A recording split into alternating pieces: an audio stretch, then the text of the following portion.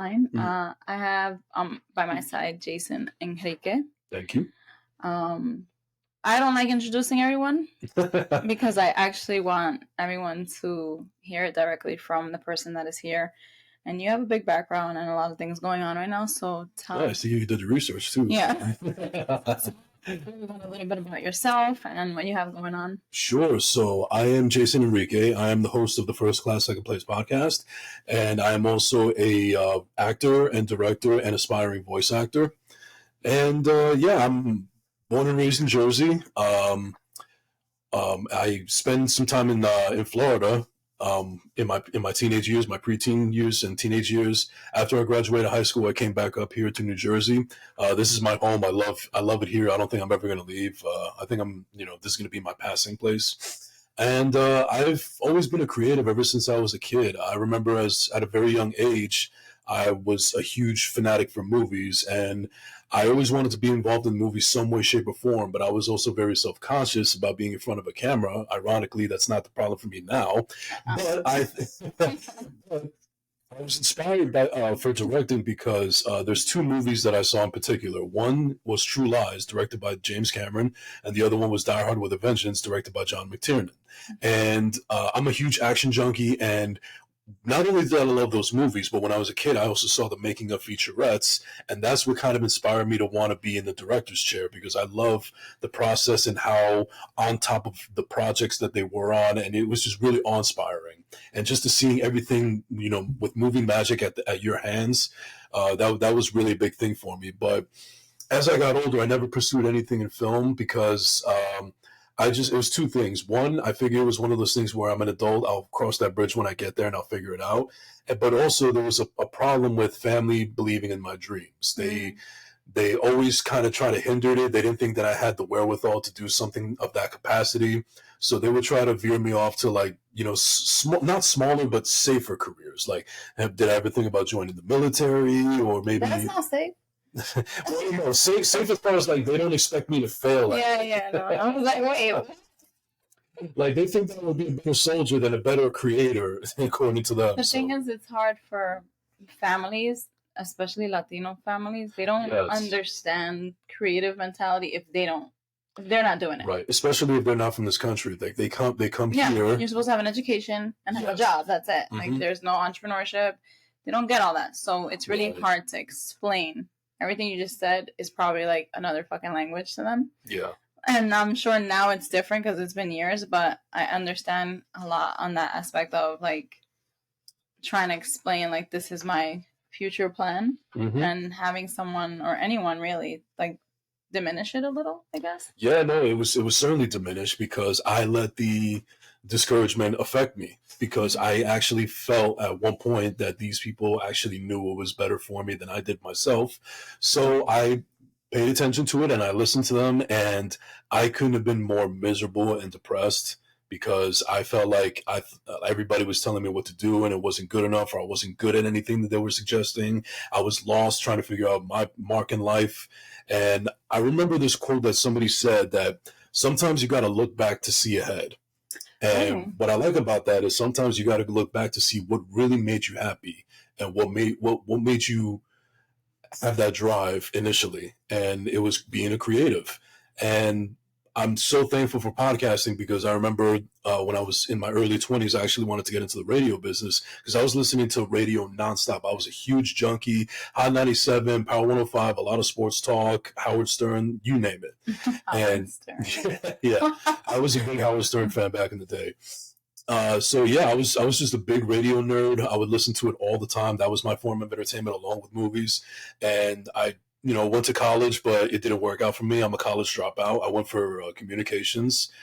Just didn't work out. I was never a school person to begin with, truthfully. And fast forward to now, podcasting has become the big thing now with everybody doing it. And I figured that with my background and wanted to get into radio back in the day, why not give it a shot, especially since it's my own creative freedom. I get to do it the way I want to, this, that, and the third. And I couldn't be happier because not only is it something that I set out to do on my own, and then I was able to find a small community of other podcasters that have the same goal as us, but it's the one thing that I can actually say that I said I was going to do something and I actually did it. And that's big because a lot of people put out these ideas and don't execute. Right. So that was me for a while. Yeah, obviously, because you also had imposter syndrome in a way. Yes. Based on because of other people's dreams for you, which a lot of people struggle with. And I feel like a lot of people don't talk about it. They don't talk about the struggles they have experienced or whatever happened in their life that kind of, in a way, drove them to where they are now, or kind of like drove them the opposite way. Right. And it also goes back to what you were alluding to earlier about the whole Hispanic thing. It's a very big thing with us Hispanic families.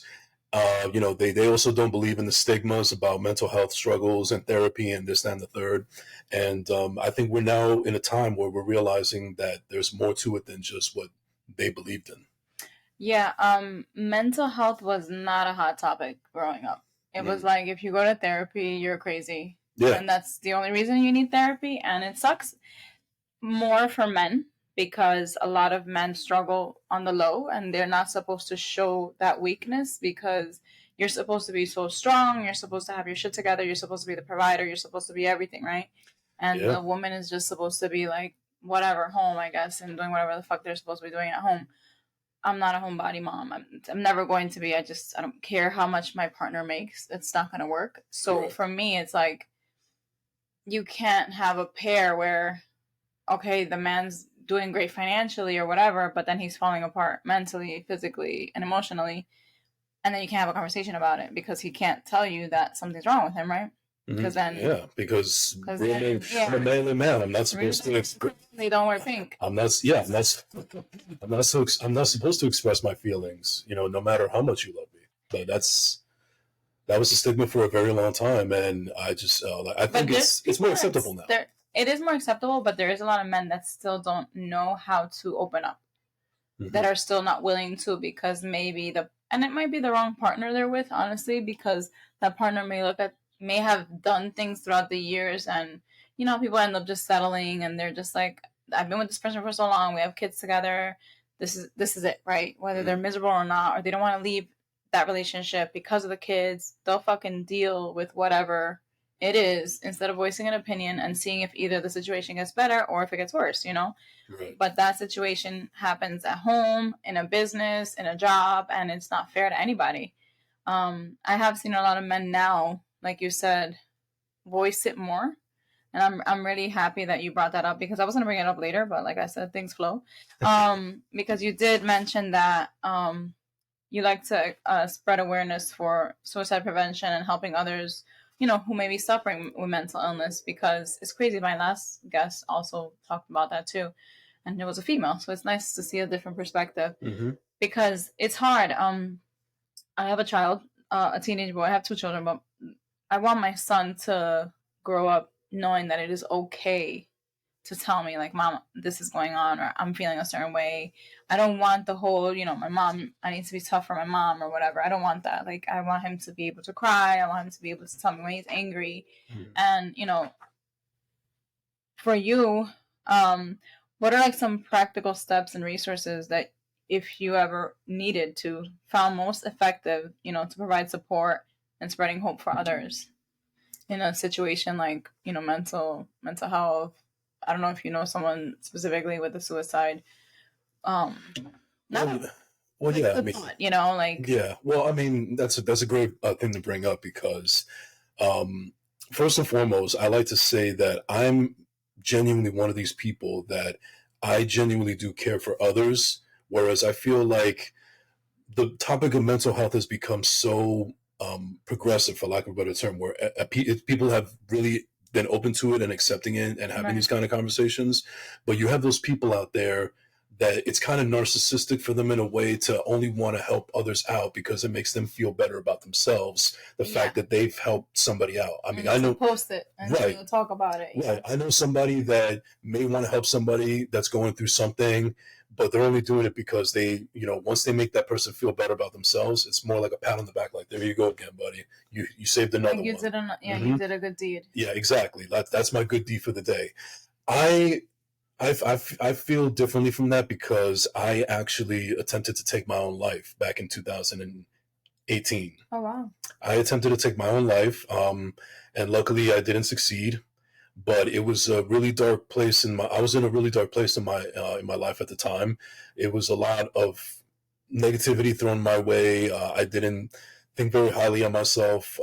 And also I was not going to therapy, and I'm recently medicated now. Okay. So I'm finding all these things about me that I've been doing to progress myself, and, hopefully that I could become the better version of me so that I could be able to help out others. And I don't want any congratulations or gratitude in the end. I just genuinely care for somebody that has been through something rough, because I know what it's like. Sometimes it brings me back to that moment when I see somebody or hear somebody talk to me about their struggles, and it takes me back to that moment where it almost ended for me. And that's where my motivation comes for helping them out, because I now see a broader spectrum of what the world can be and what kind of opportunities can lay there for you. And it's all about seeing it. And sometimes people just don't have that guidance. I know several people that have come to me because they come from a shitty home life, or they didn't have the proper guidance to actually be expressive and actually have somebody to just listen to them. That's another thing that goes under the rug sometimes.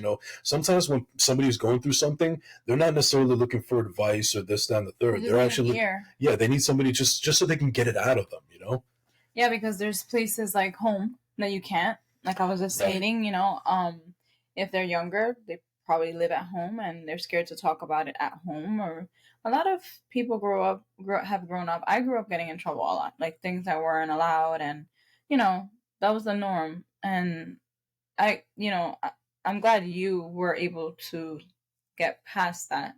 It's a huge milestone. I didn't even know that this is why it was so important for you. Thank you for sharing, because that's deep. But I hope that people that listen to it, and I do have people in my life that have experienced that have tried, that have been in very dark places, and I'm so very thankful that they've gotten themselves out of it. Obviously with help of others, but it's never too late. I feel it's never too late to open up, talk about it, find somebody that can help you, or phone a friend. I now know when I want to talk to my friends, I ask them, or when they want to talk to me, I ask them, do you want me to listen, or do you want advice?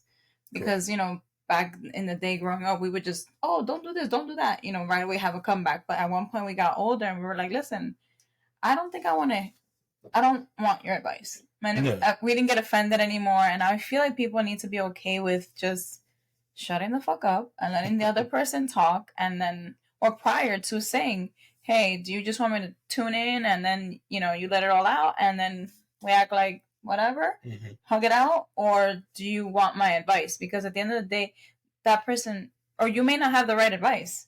Realistically, you may not. Something so deep may shock someone, and what are they supposed to say if they've never experienced it? If they don't know how to help you, other than, hey, let's look for help for you online, or find somebody that has experienced that. So I don't know if you talk about this freely on your podcast, like if you have, or if you have specific episodes on it, it would be good for me to link it when I do that, because sure, I could look something up. Yeah, because and also just people, if sites and stuff like that people can go to. I know a big one now people are using is betterhelp.com. That one, I know people are subscribing to that. Some people that don't have insurance, I think. I don't know how that works. Yeah. Right? They're trying to make it more accessible to people that are basically under financial constraints and so on and so forth. Which is great, because I think therapy is needed for everyone, with or without insurance. Right, absolutely. And, it's also sad that I think of somebody like my father, who, he died 6 years ago very unexpectedly from a heart attack. But the point that I'm getting at here is that this is a person that was a very stressed individual, and who knows, it could have been a huge factor into him, being no longer with us. But that's somebody that immediately pops to the front of my head when I think of somebody that could have benefited from therapy tremendously, because he came from that old school. I think that he had a lot of past trauma that he was never able to get out. I mean, I just know that he's been through something. I just didn't know what it was because he was never expressive about it. And I think that's the machismo. And I think because of it, he held a lot of resentment, and it started to spill out towards everybody that was in his life. And then that's why, sadly, and one of my biggest fears to this day is when he passed away, he was all alone. Like, he was alone and lonely. And I was the one that actually found his body 2 days after. Wow, that is dark. Yeah. I mean, that spirals for you. Yeah, I mean, it was also, it's what's weird also, it was a big eye opener because I always used to say that I didn't want to end up like my father in life, basically how he ended, like how he lost everything. He lost his family, he lost his business, this, that, and the third.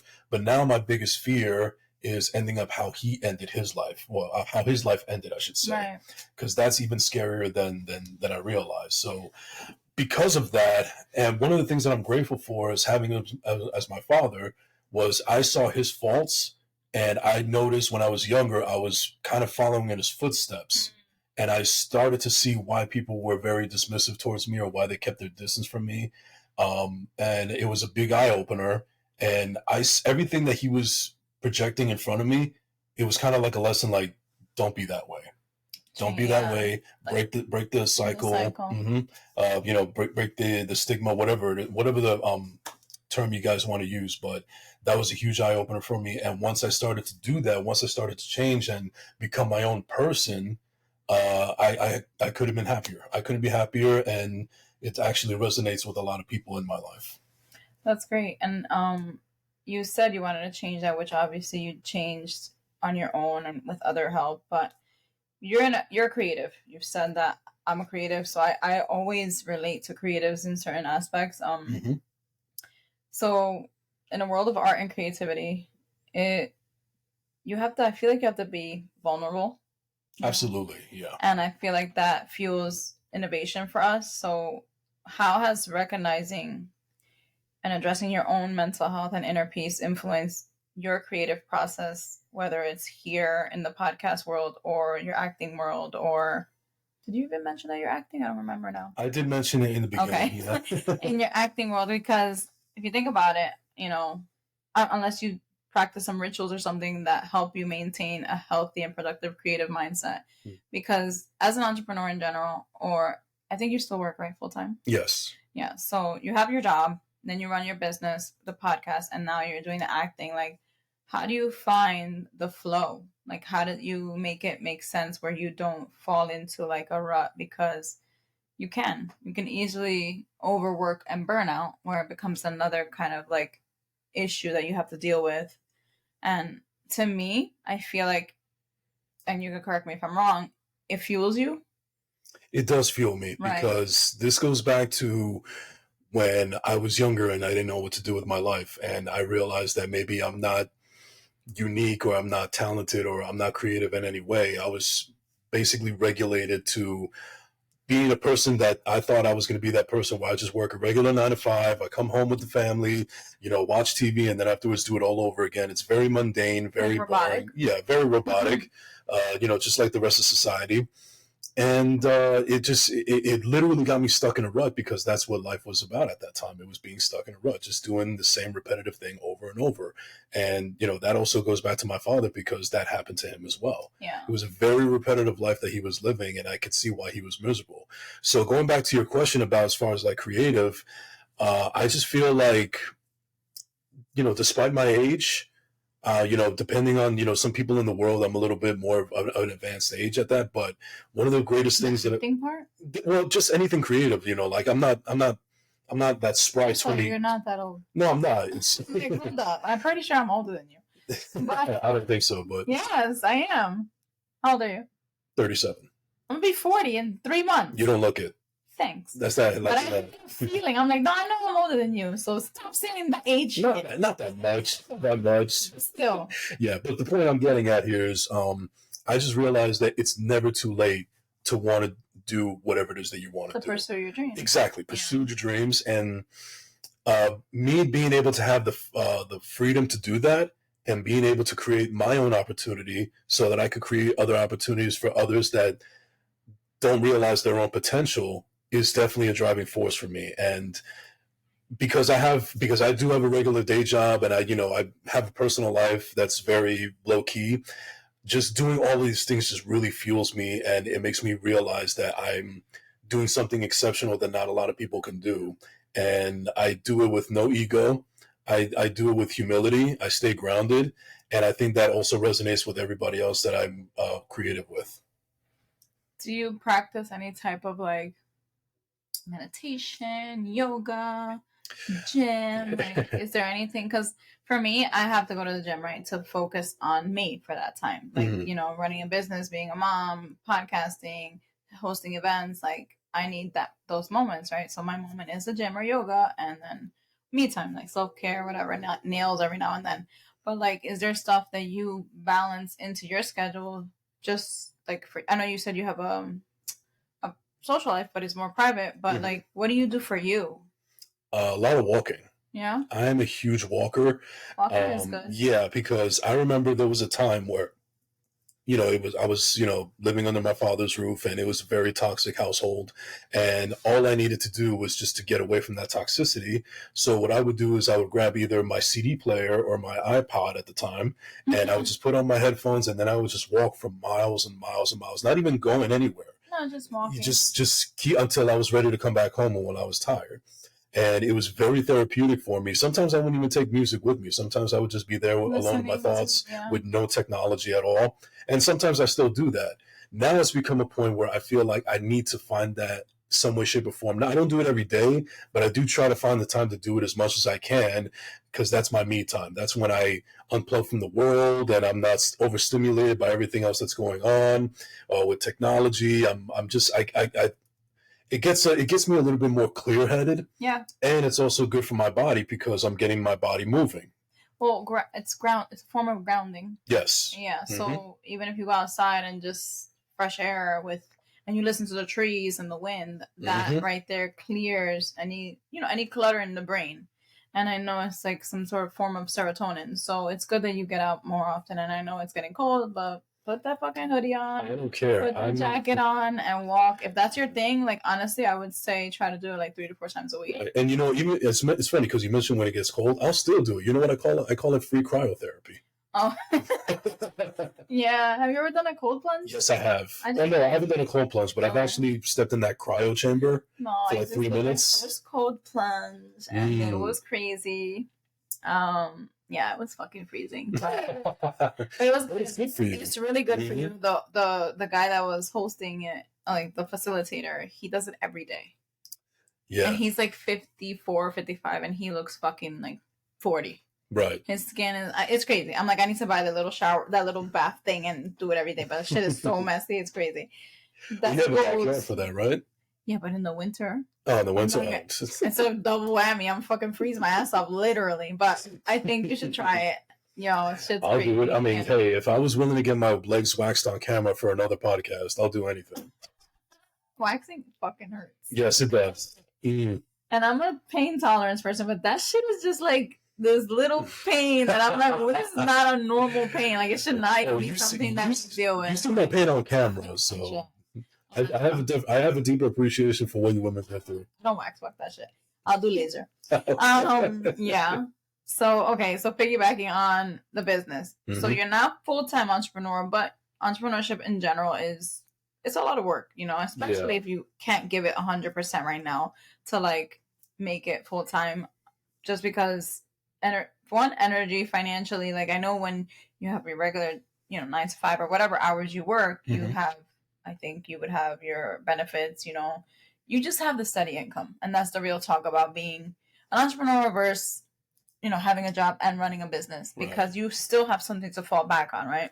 Because a lot of people are hesitant to turn the passion into a business. Some people, they fear it might diminish their enjoyment in life, or like you said, what people are going to think, or, oh my God, the judgment, like a lot of people really don't pursue their dreams because of the judgment at home or whatever. And I think it's fucked up, honestly. But how do you maintain your love and enthusiasm for your passion, even as it's slowly becoming, a full-time business, if that's what you want to do? Right. Good question. I just keep my passion there because it's, not to sound cocky or anything, but I know I can do it better than most. I feel like I have a talent that very few people in this world have as far as podcasting is concerned. And I think one of the reasons I back that up is because I got into podcasting for much more different reasons than why everybody else and their mother is doing a podcast now. Why is it? Side note, why? I personally got into podcasting because there was a lot of shit that I wanted to say. That was it. Yeah, for me, it wasn't the money. It wasn't anything else. Yeah, for me, it was about more. Again, not only chasing my dreams of being on the radio, but it was also, it was almost a thing where like I feel like nobody wanted to listen to whatever I had to say. So now I'm using the medium where you have no choice but to listen to me. So you're putting it in their face. Yeah. Or their ears. Their ears or their face. I mean, well, now you have video. But in the beginning, you said it wasn't, right? When we first talked. No, it wasn't. It was all yeah. me. Yeah. Mm-hmm. Okay, so that's good. What advice would you give others that are trying to find that balance? Like, let's say they have a job and they have this passion in the back of their head, and they're like, I can't do that because of my job. Mm-hmm. But you clearly can. Yeah. So what advice would you give them? Because you're juggling a few things at once.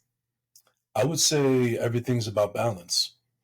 But is balance real? Because I believe so. Because I feel like, for me speaking for myself, I remember there was a time where I was completely egotistical and selfish, and I only cared about myself. And then later on, I realized the error of my ways, and then I started to be more selfless and more lenient and helping out others to the point where I was being taken advantage of. Mm-hmm. So that I had to learn that I have to meet somewhere in the middle. I have to take care of myself while also caring about the ones that I truly do care for me as much as I care for them. Yeah.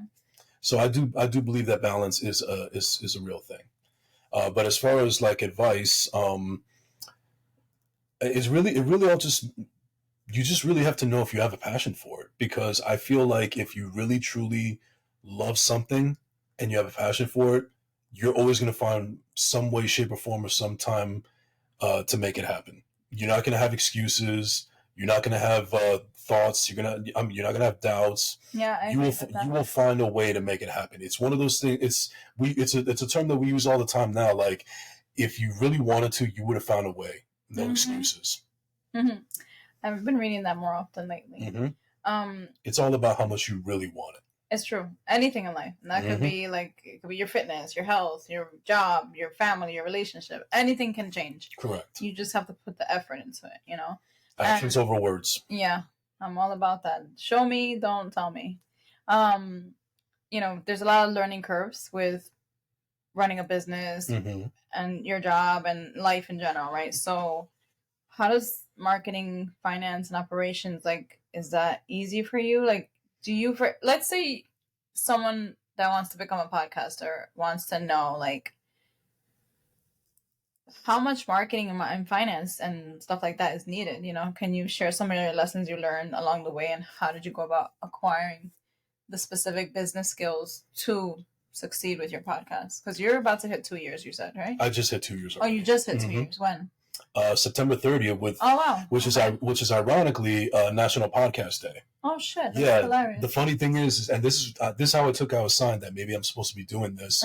I did you know that when you? No, that's the thing. So I recorded a couple of episodes, and then I released 2 of them on September 30th, and then I just put it out there in the universe. Yeah. Later on that day, I go on social media and it says #National Podcast Day. I had no idea that it was National Podcast Day, so I took that as a sign that I just released my first episodes on National Podcast Day, unbeknownst to me. This is just purely coincidental. I didn't even know that day. I mean, there's a National Everything Day, but I didn't know that. It is legit. September 30th is National Podcast Day. That's awesome. Yeah, so when I saw that, I was like, you know what? I'm going to take that as a sign that I'm supposed to be doing this after all. And then 2 years later, look where we are. That's amazing. And how many episodes are you in? I just completed my 111th episode. 112 will be tomorrow. Every Tuesday? Every Tuesday, yep. Oh, okay. Every Tuesday, I record, and then it's released every Friday. Weekly podcast. He's mad organized, not like me. I just speak on whatever. Here. Well, you got more things going on in life than me. I know. You're a whole ass mom, as the kids say. Yo, for real. What does that even mean? Am I supposed to be a half-ass mom? Well, you're certainly not half-ass mom. But it's so funny. The listener now is crazy. Listen, I know it all. Because, kudos to the team. I just know from either my smaller cousins or from the internet. I mean, I remember one time when I was getting a haircut from my barber at the time, and I was telling him about this new album that came out, and he was like, "Oh, word, it slaps." I'm like, "It slaps." There's nothing wrong with it, Because we have tea as teenagers too, but me and him know the lingo. So my sister's like, "What the fuck are you guys saying?" Because her kids are little. I'm like, yeah. By the time they're this age, it's gonna be even worse. Because I'm it's crazy. Slaps was new too. I'm like, what? Yeah, no, that's hilarious. You mentioned something earlier about who has your best interest, right? I don't remember how you worded it, but my question was, how have you learned to navigate the challenge of differentiating who has your best interest in your creative journey? Again, it's just all about actions over words, because I know plenty of people that have said a lot with their words, with their mouths, but very few have actually done it with their hands and feet. And I notice I'm a very observant person, as someone alluded to before. I didn't even realize that until they pointed it out, and it is true. I'm a pretty observant person, and I've always been big on actions over words in all aspects of life, and I've been able to see with people's actions, few of them, as opposed to many of them that just speak with their mouths, and that's simply how I'm able to differentiate. I know, like, an example that I can give you is, I remember when Marv, shout out to Marv at Bravery Studios, I wasn't even part of his fold, not yet. I know I wanted to, but it just wasn't the right time. Right. But he was actually showing more of an interest of being wanting to involve with me and my podcast and everything that I'm doing, as opposed to the people that other people that I had worked with in the past. Right. And I think due to the fact that he wasn't trying to sell me or anything like that, he just genuinely believed in me and loved having me around and had ideas for what I can do with my future. And mind you, this is before I even joined Bravery. To me, that spoke volumes. And he's an example, along with several others in my small circle, that give me that same vibe and that same energy, for lack of a better term. And that's how I'm able to differentiate who's really in it for me and who's just wants to tag along for the ride. So it's like weeding out the, what is it? The dead weeds, I guess you call it. Yeah. And it's crazy. I always tell people, as an entrepreneur for, I don't know how long it's been for me. I mean, I've owned my event planning business 14 years now, but full-time entrepreneur, I don't even know. I'm about, I think, 10 years in now, but I have lost so many people in the process. And this is only the beginning for you, because you're not even full-time yet. And then when you branch into like, I don't know if you're going to go full-time with acting ever, hopefully, because I know that is a dream of yours, to either be the producer side, the actor side, something director, in there, sure, director, producer's music, I don't know, something. But you're going to find even more people that are going to be aligned with your dreams, as long as you're open to that, because it's nice to have a close-knit circle, but it's also good to expand, meaning find the people that are going to flow with you and grow with you, not just be by your side, but grow with you, because we need that push. We can't be the ones always like, I got you, you want to have someone that got you, whether it is a friend or not. And the whole, like, I used to, a lot of people grow up no new friends mentality. To me, that's like bullshit. Yeah. Because I feel like you can make a friend at your next podcast interview, and then that like becomes like someone you literally work with, or on a set, someone you're like, yo, I vibe with this person, like we have the same interests, and then that's your new like buddy to do whatever. I don't fucking know, go for a drink or just fucking talk. Those are things. That's why I don't block people out. Some people are just like, oh no, I can't, and I'm just like, you're closed-minded. Right. You're closed-minded. You're scared. There's some child trauma there that you're trust issues that you're projecting to other people, and it's not fair. And not for nothing, bro, you can't run a business. You shouldn't do life and business alone, ever. Like, you should, yes, it's your business, yes, it's your life, but you shouldn't, like, try to get through everything. Nobody's superwoman, nobody's superman. Like, let's be realistic here. We need help. Yeah. We need fucking help. Like, this shit is hard work, and I used to hate asking for help, but now I'm just like, well, especially for a guy. Like, that's fucking terrible. God forbid you need help with something, right? So I was the same way, because I grew up, my mom was single, and I saw her doing everything. So I grew up like that. And then any guy in my life, I'm like, no, I got it. I know what I'm doing. I got it. And then at one point, I'm like, I don't got it. Who got it? Like, whatever you have it. Like, I don't got it right now. But, like, that's the thing with opening your mind and your heart to, like, being vulnerable. And when you run a business, when you're a creative, you have to be vulnerable. And I see you have been extremely vulnerable, even in just this conversation. Can I ask you a question? Yeah. If you don't mind? How do you still deal with vulnerability issues to this day, or do you feel like it's you've made strides and progress? That's funny. Because the other day I had a reading done. I do like spiritual healing now. Not me, but I go to sessions, and because I know that I'm healing internally, like other things that I want to heal from my childhood. And vulnerability was one of the biggest things that I have to work on right now. Meaning, I am more vulnerable than I have ever been, but like the affectionate part, like telling people I love them freely, more affection, like that part, I'm still like, ooh. It's a little hard, but it's because of how I was raised. We weren't raised with the lovey-dovey hugging all day long and I love you and I love you and I love you. So like now like I'll call my cousin and before hanging up, I'll be like, I love you. And she's like, oh, I love you say that. And I'm like, oh God. But like for me, vulnerability in that aspect is still hard. The other stuff I've managed to be okay with. Hey, I don't know how to do this. Hey, I need help. Hey, I'm burnt the fuck out. Hey, I'm tired. I can do that now. But before, I will work my ass off and refuse to ask for help. Because I didn't want to, to me, it was a sign of weakness. But you don't think that's necessarily so after all, right? No. Okay. Now, because I can do it now and I don't fucking... That goes to show you're already done growth and evolution within yourself. Yeah. And you're in a perfect position to help out others that have been in your shoes before. Yeah, and that's what I do now with my coaching. And I started my coaching program last year. It'll be actually, a year this January.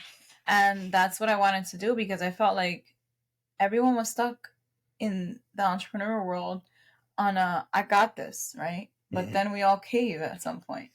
Yeah, especially when you're very naive. Well, like I remember when I was younger and I used to have that I'll sleep when I'm dead mentality. Oh my God. No, I'm like, what time is it? I gotta go to sleep. Yeah. No, there is no, you're gonna sleep when you're dead, but you're not living anymore, so it doesn't matter. Exactly, yeah. Like that shit is so stupid. I used to say it all the time too, but now I'm like, no, I'm good. Like napping, I don't know how to do yet. I just became a napper. Oh, you're getting old. I just became a napper. You're older than me. Yeah. And I've become a carpenter. Don't you drive trucks? Yeah. Yeah, that's tiring. On the eyes. It's tiring on the eyes and mentally because you have to be alert and so on and so forth. Yeah, so I can see why you would be sleepier though, because I hate driving. Yeah, well, and also I'm trying to better myself physically as well because of this job. I feel is the reason why I've been diagnosed with sleep apnea. Oh shit! And I sleep with a CPAP machine every night. Oh damn! It's been beneficial for me, but luckily it's something that can be cured. Yeah, I can. So I just want to continue working on myself. But definitely your health will, if you improve obviously your health, from what I know and all the health stuff I'm on and focusing on, I know that helps because my friend did that. Yeah, and I'm definitely making strides because I believe that when you first met me, I was around 275. I'm down at 253 now. Oh, that's awesome! And that was last year, no? I want to know this. I want to say this is like April. I met you this year.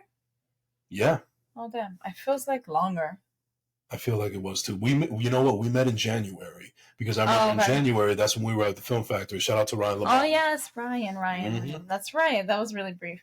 That was a brief little, hey, how are you? Remember that? Hey, how you doing? Yeah, my name is such and such. Follow me on Instagram.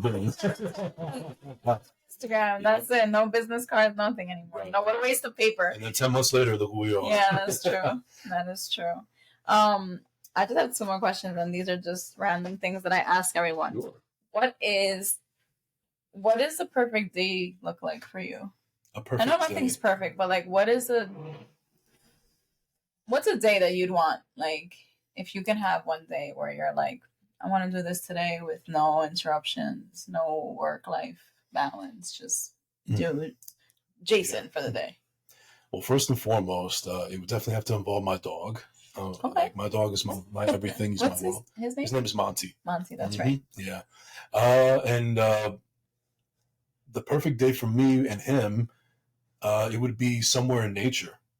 Whether it's in the mountains or my favorite park, which I'm not going to disclose, just in case there's people out there, gunning for me. But I want to know though, so I could go there. I'll tell you off camera.